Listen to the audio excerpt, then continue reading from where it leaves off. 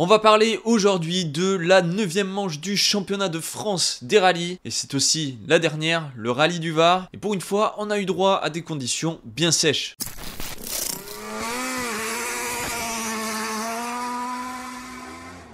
Salut à tous les amis, j'espère que vous allez bien et on se retrouve aujourd'hui pour une nouvelle vidéo. Donc on va parler du rallye du Var, mais avant que ça commence, oublie pas de commenter, liker la vidéo et t'abonner à la chaîne YouTube et aussi la petite cloche des notifications si tu veux rater aucune des prochaines vidéos. Et voilà, on est parti, on va regarder ce qui s'est passé durant ce rallye. On commence cette vidéo avec le Polonais, alors je m'excuse, je vais lire le prénom et encore je suis même pas sûr de bien le prononcer. C'est Jarosław Koltun ou Colton, je sais pas comment on dit, et son copilote Ireneusz Pleskot qui termine à la 5e place du rallye au volant d'une Ford Fiesta Rallye 2. Il profite notamment des erreurs des autres concurrents devant lui pour remonter de la 7e place à la 5e place dans la dernière spéciale. Un autre invité était présent sur cette épreuve et c'est John Armstrong avec son copilote Ross Whitlock au volant d'une Ford Fiesta Rallye 3. L'actuel champion ERC3 aura régalé les spectateurs et aura prouvé son niveau pour sa première participation sur l'épreuve. Il termine largement vainqueur de classe, mais surtout, il termine juste au pied du podium avec une 4e place. C'est tout simplement le meilleur résultat pour une Rallye 3 sur le championnat de France asphalte. Seul Quentin Ribaud a réussi le même exploit lors du rallye d'Aléria sur le championnat de France terre. Patrick Magnou et Anthony Villanova étaient présents au départ avec une Citroën C3 Rallye 2. Et ils étaient bien partis en étant dans le 2e wagon derrière le trio d'habitués du championnat. 4e après la spéciale 9, ils profitent de l'erreur de Rossel pour monter sur le podium. Malheureusement,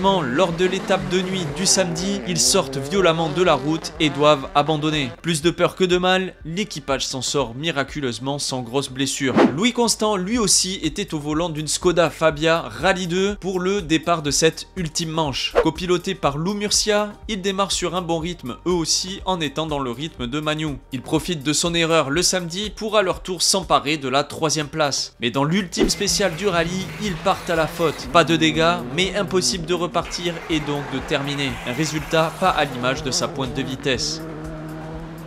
Celui qui en profite pour terminer 3e, c'est Cédric Robert et Mathieu Duval, toujours au volant de leur fidèle Alpine A110. 6e, une bonne partie du rallye, ils profitent des erreurs des autres pilotes pour s'emparer du podium dans la dernière spéciale. C'est le premier podium de la saison pour l'équipage.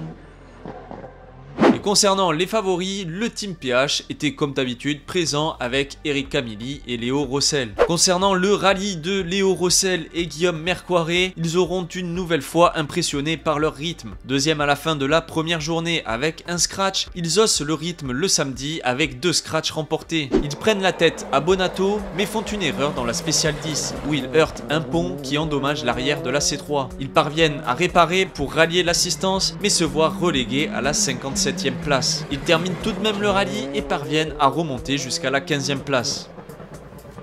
Camilli et Delahaye découvraient quasiment l'épreuve et pour une première, c'était un bon rallye. Ils seront 3e jusqu'à l'erreur de Rossel qui leur permet de prendre la 2e place. Mais impossible pour eux d'attaquer Bonato malgré leur scratch dans la journée du samedi. Ils terminent donc 2e.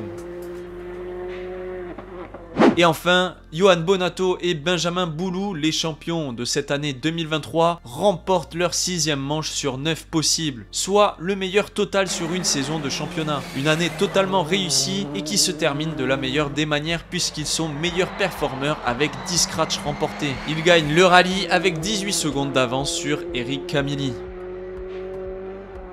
Concernant le classement général après cette dernière manche, évidemment Johan Bonato est premier avec 184 points. Eric Camilli remonte à la 2e place grâce à ce résultat et devient vice-champion de France avec 147 points. Léo Rossel, malheureusement avec son erreur, repasse 3e avec 135 points. Et enfin on a 4e Raphaël Astier qui était absent sur cette manche avec 98 points. Et 5e Hugo Margueillan, lui aussi absent avec 94 points. Enfin pour terminer, c'était la dernière manche de la Coupe Stellantis. Et une nouvelle fois, Anthony Fotia s'est illustré avec William Hannock en prenant leur 5e victoire en 6 manches. Cette manche a été disputée puisqu'il est auteur de 5 scratchs. Lucas Darmezin et Meryl Giraldo, toujours dans la course au titre de la catégorie U25, terminent 2e du rallye avec 5 scratchs remportés aussi. Ils remportent donc le titre de la catégorie junior. Enfin, à la 3e place de la coupe sur ce rallye, on retrouve Johan Suroka, copiloté par Mathieu Coppa. Un très joli résultat alors que c'est seulement durant son 8e rallye. C'était aussi le dénouement du trophée Michelin amateur durant ce rallye du Var. Et Ludovic Jeudi avec Gabriel Jeunet était idéalement placé pour remporter le titre de cette coupe. Et malheureusement, suite à sa sortie de route, c'est Steve Juif et Maxime Biegalk qui emportent le titre du trophée Michelin amateur 2023 et se voient donc offrir un rallye au volant d'une Rallye 2 lors d'une manche de championnat de France l'an prochain. Les amis, c'est la fin de cette vidéo. Oublie pas de me dire ce que tu as pensé du rallye dans les commentaires et aussi à t'abonner pour ne rater aucune des prochaines vidéos. C'était le dernier résumé de l'année, que ce soit WRC, championnat de France terre et asphalte. Donc on se retrouvera l'année prochaine sur les rallyes et voilà. Et oublie pas d'aller t'abonner à mon Instagram ou bien à mon TikTok parce que j'ai un autre format qui est lié, on va dire, à ces vidéos résumées où j'énonce les 5 faits les plus importants qui s'est passé durant le rallye. Donc c'est le même principe que les vidéos mais en beaucoup plus court. Ça dure 1 minute 30, 2 minutes grand maximum. En tout cas, ça a été un plaisir de suivre cette nouvelle saison avec vous et de décrypter, on va dire, tout ce qui s'est passé durant les rallyes, voir les petites statistiques, les choses qu'on voit pas forcément. Et voilà, sachez que pour l'année prochaine, il risque d'y avoir du nouveau sur la chaîne. Je préfère être honnête avec vous que pour ce qui est des débriefs, j'arrête complètement le WRC, c'est sûr et certain. Je verrai peut-être pour faire un autre format, enfin voilà. Mais en tout cas, le WRC, c'est sûr et certain, j'arrête. Et concernant le championnat de France, je verrai. Ça dépendra